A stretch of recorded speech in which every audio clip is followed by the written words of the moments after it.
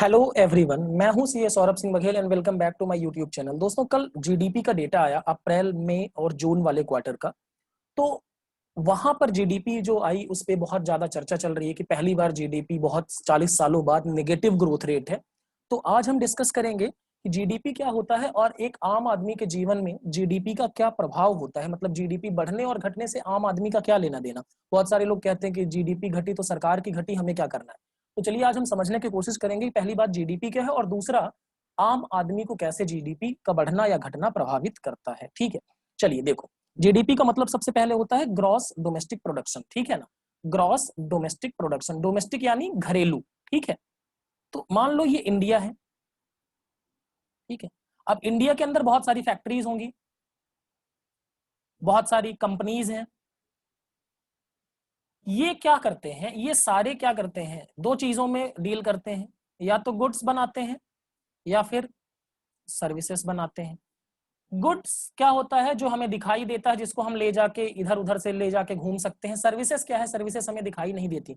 Goods की बात करें, लैपटॉप हम गए शॉप पे खरीदा तो लैपटॉप को हम लेके आएंगे। सर्विस हम क्या है, सर्विस कभी हम दिखेगी नहीं हमें, ठीक है ना। हम जैसे गए, हम गए मूवी देख के आए तो मूवी दिखेगी, ठीक है ना, लेकिन जो वहां सर्विस मिली तो उसको हम बाद में रख नहीं सकते, गुड्स को रखा जा सकता है, ठीक है। तो उसके अलावा हम ब्यूटी पार्लर गए, जैसे बहुत सारे लोग ब्यूटी पार्लर जाते हैं। या और भी तरीके से आप जैसे ट्यूशन पढ़ रहे हैं, कोचिंग पढ़ रहे हैं, तो कोचिंग में जो आपने पढ़ाई की वो आप कोचिंग गए, बैठे, पढ़े और वापस कुछ नहीं लेके जाते, सारी चीजें दिमाग में रहती हैं, तो वो सर्विस है। तो एक देश की घरेलू सीमा में, घरेलू सीमा की मैं बात कर रहा हूं, घरेलू भारत की घरेलू सीमा में जितना गुड्स एंड सर्विस प्रोड्यूस किया जाएगा उसकी फाइनल वैल्यू को क्या बोला जाएगा, फाइनल वैल्यू को क्या बोला जाएगा, ग्रॉस डोमेस्टिक प्रोडक्शन, ठीक है ना। फाइनल वैल्यू क्या है समझो। जैसे मान लीजिए ये लैपटॉप बना, ठीक है, तो लैपटॉप बनाने में कई सारी चीजें लगती हैं, जैसे प्रोसेसर लगता है, हार्ड डिस्क लगती है, ठीक है। उसके अलावा आप रैम लगती है, ठीक है। उसके अलावा आपका मदरबोर्ड और बहुत सारी चीजें लगती हैं। तो मान लो इसकी प्राइस 5,000 थी, इसकी 7,000 थी, इसकी 3,000 थी और इसकी 2,000 थी, एग्जाम्पल के लिए बोल रहा हूँ, ठीक है। और लैपटॉप जो मार्केट में बिक रहा है वो कितना है, 32,000 रुपए का, ठीक है। तो हम जो जीडीपी कैलकुलेट करेंगे तो हम लैपटॉप की फाइनल प्राइस को लेंगे, 32,000 को लेंगे, ना कि इनकी इंटरमीडिएट प्राइस को। इनको हम इंक्लूड नहीं करेंगे, हम लैपटॉप की फाइनल प्राइस को इंक्लूड करते हैं, ठीक है। तो जितना कंट्री में प्रोडक्शन हुआ गुड्स एंड सर्विसेज, उनकी फाइनल वैल्यू, उनकी फाइनल मार्केट वैल्यू को ही हम कंसीडर करेंगे जीडीपी में। उनकी वैल्यू को हम टोटल कर दें सभी प्रोडक्शन को, तो क्या हो जाएगा, जितने भी फैक्ट्रीज हैं, जितनी भी कंपनीज हैं, जितने भी लोग प्रोडक्शन में लगे हुए हैं, सबको अगर इकट्ठा कर दें तो वो क्या बन जाएगा, देश की जीडीपी बन जाएगा, ठीक है। लेकिन डोमेस्टिक टेरिटरी यानी घरेलू सीमा के अंदर, ठीक है। अब थोड़ा सा मैं आपको समझाता हूं। हमारी इकोनॉमी में 3 सेक्टर होते हैं, आपको पता ही होगा, agriculture, manufacturing and service. Agriculture यानी खेती से जुड़ा हुआ, इंडिया में 50% के आसपास लोग इसी में लगे हुए हैं। मैन्युफैक्चरिंग जहां पे प्रोडक्शन वगैरह किया जाता है, जैसे प्रोडक्शन यानी शर्ट बनाने की फैक्ट्री हो गई, ठीक है ना, जीन्स बनाने की फैक्ट्री हो गई। और ये सर्विसेज, सर्विसेज जैसे बैंक वगैरह हो गए, इंश्योरेंस वगैरह हो गए, ये दिखाई नहीं देते आपको, ठीक है। मतलब बैंक दिखाई देते हैं, बैंक की सर्विस दिखाई नहीं देती, ठीक है। तो इन सभी को मिलकर बनता है जीडीपी। अब समझते हैं कि जीडीपी की थोड़ी सिचुएशन क्या है। ये देखो, जीडीपी हमारी जो है ग्रोथ रेट है 23.9 माइनस नेगेटिव। मतलब लास्ट ईयर अगर अप्रैल में जून में 100 रुपए का प्रोडक्ट बना था तो इस साल बना है सिर्फ 76.1 रुपी का, इतना डिफरेंस है, ठीक है। और आप देखें पहले से ही हमारी इकोनॉमी धीरे धीरे गिर रही थी नीचे की तरफ, मतलब ग्रोथ रेट कम होती जा रही थी। और फिर ये कोविड का लॉकडाउन, इसने 2 महीने तक हमारी कंट्री में बिल्कुल प्रोडक्शन बंद रहा, 60 डेज तक के लिए। और फिर उसके बाद हमारी इकोनॉमी की ये हालत हो गई। अब ये तो हालत है, अब थोड़ी वर्ल्ड की बातें समझ लेते हैं। देखो, दुनिया में हर देश को कोविड की वजह से उसकी ग्रोथ रेट निगेटिव हुई है, लेकिन सिर्फ एक चाइना है जिसकी ग्रोथ रेट पॉजिटिव है 3.2।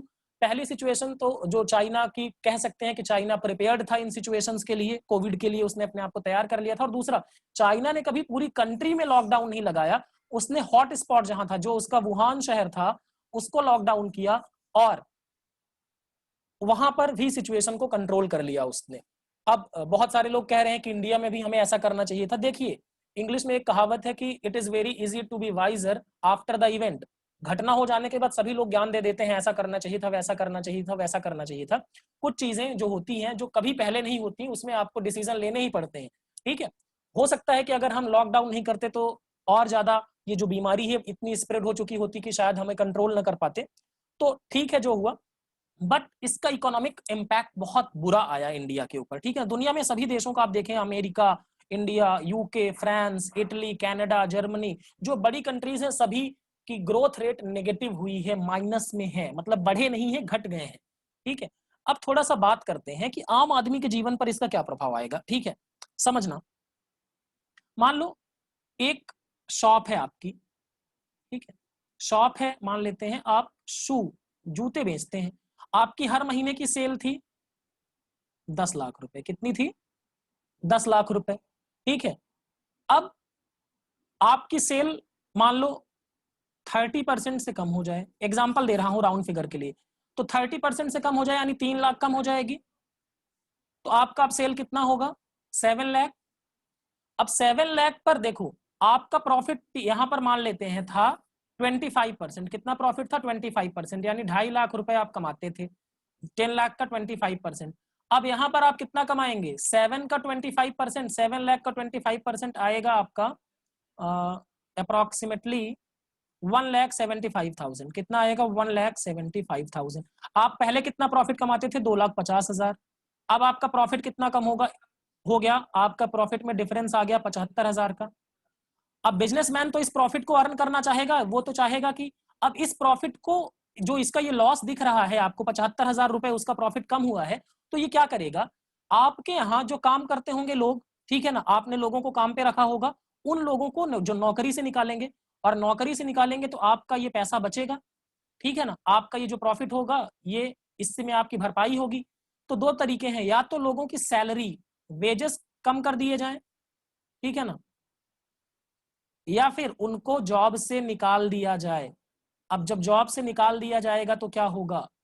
जॉब से देखो, अगर मैं क्या करूं, अगर मान लो मेरे यहाँ 20 लोग काम करते थे और जिनकी सैलरी 10-10 हजार रुपए थी, ठीक है, तो मैं क्या करूंगा, आराम से 8 लोगों को नौकरी से निकाल दूंगा, तो मेरे कितने बचेंगे? 80,000 रुपए ये बच गए। और मेरा प्रॉफिट कितना हो रहा था? 1,75, तो लगभग मेरा प्रॉफिट कहां पहुंच जाएगा? 2,50,000 के आसपास। मेरी सेविंग 2,50,000 के आसपास आएगी। तो अब देखो, अगर सारी इकोनॉमी में ऐसा होना लगे, एक एक फैक्ट्री से या एक कंपनी से 8 लोगों को निकाला गया, और ऐसा पूरे इकोनॉमी में होने लगे, पूरे देश में होने लगे, तो ना जाने लाखों करोड़ों लोग क्या हो जाएंगे? बेरोजगार हो जाएंगे। ठीक है, तो ये सिचुएशन हो जाती है इकोनॉमी, जीडीपी घटने से। अब देखो, जीडीपी घट रही है, मतलब आपकी कंट्री में प्रोडक्ट बिक नहीं रहे हैं। अब जो बेरोजगार हो जाएगा उसके पास पैसे नहीं होंगे, पैसे नहीं होंगे तो वो डिमांड नहीं करेगा, वो डिमांड नहीं कर पाएगा, तो आपकी इकोनॉमी और बुरी सिचुएशन में आती चली जाएगी। तो इसलिए ये जीडीपी का बहुत डायरेक्ट रिलेशन होता है एक आम आदमी की जिंदगी से। ठीक है ना, नौकरी जाएगी तो आपके पास पैसे नहीं होंगे, पैसे नहीं होंगे तो डिमांड नहीं होगी, और चीजें और खराब हो जाएंगी। अब समझते हैं थोड़ा सा कि क्या मतलब, क्या सरकार को करना चाहिए। देखो, सरकार को सारी चीजें पता है कि क्या करना चाहिए। एक तरीका है, लोगों के पास पैसे आए, लोगों के हाथ में पैसे दे सरकार, और लोगों के पास जब पैसे आएंगे तो वो डिमांड करेंगे, और डिमांड अगर ज्यादा होगी तो ही कंपनी प्रोडक्शन करेंगी। प्रोडक्शन तभी करेंगी कंपनी जब डिमांड होगी। तो डिमांड को जनरेट करने की जरूरत है। अभी सिचुएशन क्या है कि पहली चीज तो लोगों के पास पैसे कम है, और जिनके पास पैसे हैं वो भी डिमांड नहीं कर रहे हैं, वो भी सेविंग कर रहे हैं। क्यों? क्योंकि अभी सिचुएशन काफी अनसर्टेन है, अनिश्चित है कि क्या होगा। तो जब तक कोविड की वैक्सीन आती है, हो सकता है तब तक ये सिचुएशन ऐसी ही चलती रहे। ठीक है, तो सरकार को एश्योरेंस देना पड़ेगा। अब सरकार कैसे करे? सरकार की भी तो रेवेन्यू कम हो रही है, सरकार के पास भी बाउंडेशन है कई सारे। तो सरकार को क्या करना चाहिए? सरकार को या तो फॉरेन से लोन लेना पड़ेगा, ठीक है ना, फॉरेन कंट्री से लोन लेना पड़ेगा, और लोन लेके पैकेज देना पड़ेगा। और या तो दूसरा, आरबीआई क्या करेगा? करेंसी प्रिंट करेगा। ठीक है, अब देखो, लेकिन सरकार को यह भी ध्यान में रखना पड़ेगा कि इन्फ्लेशन, महंगाई ना बढ़े। ठीक है, देखो, जब कभी भी मंदी आती है तो महंगाई क्या हो जाती है? कम हो जाती है।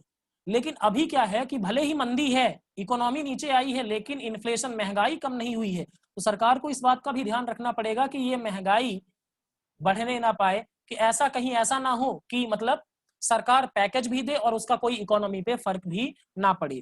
तो सरकार को आगे चल के इस पे बहुत सीरियसली वर्क करना पड़ेगा। ठीक है, मोदी साहब के सिर्फ भाषण से या बोल देने से ऐसा नहीं होगा, कुछ एक्चुअल में ग्राउंड पे जाके चेंज करना पड़ेगा, तो ही जाके इकोनॉमी की सिचुएशन सुधरेगी। हाँ, जो पहले क्वार्टर में है उससे इंप्रूवमेंट दिखेगा, इतनी खराब सिचुएशन आगे नहीं होगी, क्योंकि अब चीजें अनलॉक की तरफ आ गई हैं, खुल गई हैं, तो ये ऐसी सिचुएशन नहीं होगी। लेकिन फिर भी अभी हमें पॉजिटिव ग्रोथ रेट में, मतलब देखो हम अपना ये 100 से कहां पर आए हैं, मान लो हम 100 से आ गए हैं 75 पे, तो अब पहले ये रिकवर करके 100 तक जाना पड़ेगा, फिर इसके ऊपर की बात कर सकते हैं। तो पहले ये जो गैप है, ये कॉन्ट्रैक्शन, इसको कवर करना पड़ेगा, फिर हम ग्रोथ रेट की बात कर सकते हैं। तो अभी हमारे लिए सिचुएशन काफी टफ है। और चाइना के साथ जैसे हमारा स्टैंड ऑफ बढ़ रहा है, तो अगर चाइना के साथ वॉर की सिचुएशन आती है तो हमारी इकोनॉमी फिर वहां पर पूरी तरह से क्रैक हो जाएगी, क्रैक डाउन आ जाएगा इकोनॉमी में और बुरी तरह से बिखर जाएगी।